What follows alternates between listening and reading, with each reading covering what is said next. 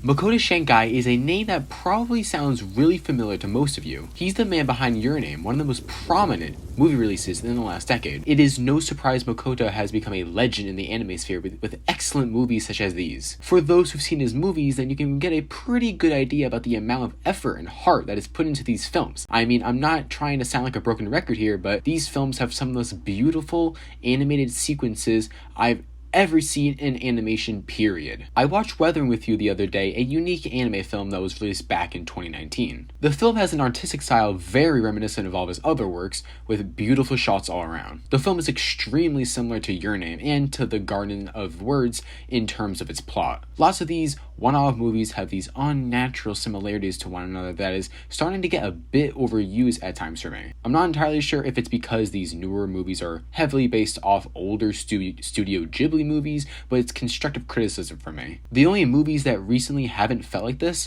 are action movies like Demon Slayer and JJK. Even Belle, a movie that was released earlier this year tackling a heavy topic of domestic violence, had a similar feel to these movies, and that film isn't even connected to Makoto in any way. All these films have beautiful visuals and stories that aren't bad at all, but are feeling a bit overdone at this point. I am just hoping for some movies such as Demon Slayer, JJK, SAO Progressive that are more refreshing with epic fights rather than a grand adventure that these main characters go on that end up having an obvious sacrifice in the end. Makoto actually has another movie coming out later this year called Suzumi's Door Locking, and I already have the vibes of Weathering with You just from the cover art alone. But this isn't a bad thing. However, it's going to make me a bit weary and impatient while watching it if the plot is as plain as the other movies. Don't get me wrong here, I'm not discrediting his work by any stretch of the imagination. I think the work he does is great, of course, but it's just constructive criticism, and I am not at all going to be avoiding the upcoming movie. I just hope more standalone movies such as these get a slight change, pivoting from being a Studio Ghibli copy and also being its own project that isn't tied to